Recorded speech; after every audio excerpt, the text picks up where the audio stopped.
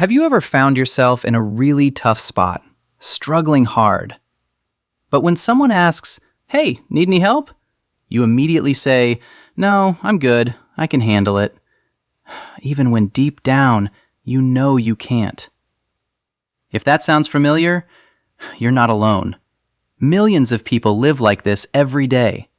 Today, we're going deep into the psychology of people who never ask for help and the real, hidden reasons behind it. Stick around, because this might explain a lot about you, or someone you care about. It's not just stubbornness or ego. Psychology shows it's often rooted in something much deeper. Patterns formed years ago that still control how we behave today. Point 1. Childhood and attachment styles. Reason number 1. It almost always starts in childhood. Think about it. If you grew up in a family where asking for help led to criticism, why can't you do it yourself? Dismissal, figure it out, or even punishment. Your young brain quickly learned a powerful lesson.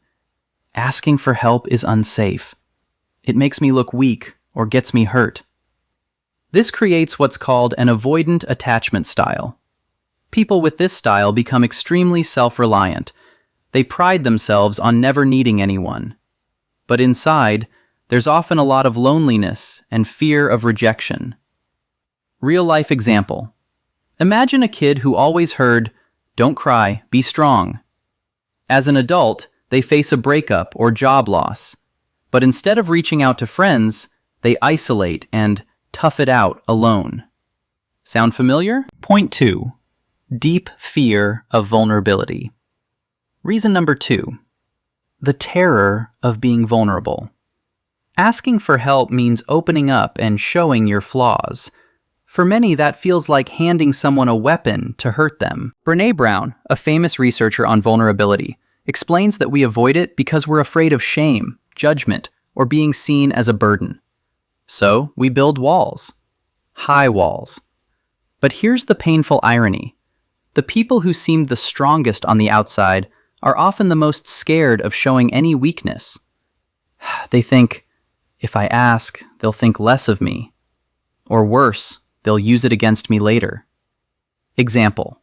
A person going through depression won't tell their best friend because I don't want to drag them down. They suffer silently for months or years. Perfectionism, control, and burnout. Reason number 3. The need for control and perfection. These people usually believe, if I let someone else help, they might mess it up, or I'll owe them. So they do everything themselves, even when it's exhausting. This ties into perfectionism and anxiety.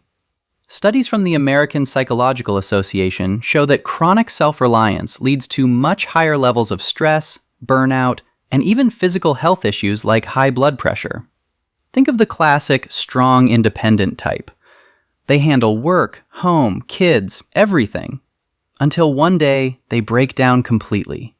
But even then, they might not ask for help. They'll just push through. Point 4. Past betrayals and trust issues. Reason number 4. Trust has been broken before. Maybe a close friend betrayed a secret you shared when you were vulnerable, or family promised support but disappeared when you needed them, or an ex used your weaknesses in arguments. After experiences like that, the brain goes into survival mode. Never again. Never show weakness. Never ask. It's a defense mechanism, smart in the short term, but it blocks real intimacy and support in the long run. Now the hopeful part. This pattern isn't permanent. Recognizing it is the biggest step. If you're someone who never asks for help, know that it's not a flaw in your character. It's a survival strategy that once protected you, but now it's holding you back. Start tiny. Ask for something small and safe, like, "Can you help me pick a movie?" Or, "Mind if I vent for 5 minutes?" Over time, it rewires your brain to see help as connection, not danger. Therapy, especially attachment-based or trauma-informed, can speed this up a lot. You're allowed to need people. It doesn't make you weak. It makes you brave. If this video hit close to home, leave a or me too in the comments. You're not alone in this. Hit like if it resonated, subscribe for more real psychology insights, and share this with someone who needs to hear it. They might be struggling in silence right now. Thanks for watching. Take care of yourself. See you next time. Extra reason. Fear of being a burden, or too much insert, after reason number 5 or as a new point near the end of reasons. Another big reason people never ask for help is the deep fear of being seen as a burden, or too much for others. They think, if I share my problems, I'll drain them. They'll get tired of me, or stop caring. This often comes from past experiences where expressing needs led to withdrawal, irritation, or phrases like, "You're always complaining," or "handle your own issues." Over time, the brain wires itself to believe, "My struggles are heavy, better keep them hidden." But here's the truth, psychology shows. Most people actually want to help. Studies find we underestimate how willing others are to support us. Yet, for those who felt like too much before, that fear blocks everything. They suffer alone to protect relationships, ironically making the loneliness worse. Extra insight: the shame-rejection cycle. Add this short bridge after any childhood-related point or before healing. It creates a vicious cycle.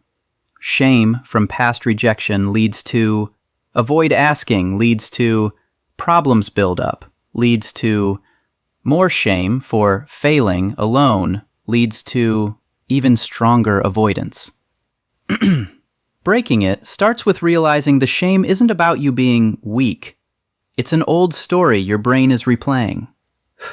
When you challenge it, the cycle loses power. More practical healing tips. Add 3 to 4 new ones to expand the healing section. Reframe help as mutual. Remind yourself, asking isn't taking, it's building connection. Healthy relationships involve give and take. Use test asks. Pick low-stakes situations, like asking a coworker for quick advice, to prove to your brain that help usually feels good, not scary. Track patterns in a journal. Note times you wanted help but didn't ask, and why. Over weeks, you'll see the fear is often bigger than reality. Affirmations for rewiring. Say quietly, "It's safe to need support," or "People care about me enough to help." Repeat during calm moments. It slowly shifts the inner voice. At the end of the day, never asking for help isn't a sign of unbreakable strength. It's often a quiet sign of deep pain you've carried alone for too long. If you're watching this and thinking, "This is exactly me," know that change is possible. One small, brave ask at a time. Comment below with "working on it" if you're ready to try. Share this video with anyone who hides their struggles. It could be the gentle push they need. Like if it touched something inside you, subscribe for more honest psychology breakdowns, and remember, you're allowed to lean on others. You don't have to carry it all by yourself anymore. Take that first step today. I'll see you in the next one.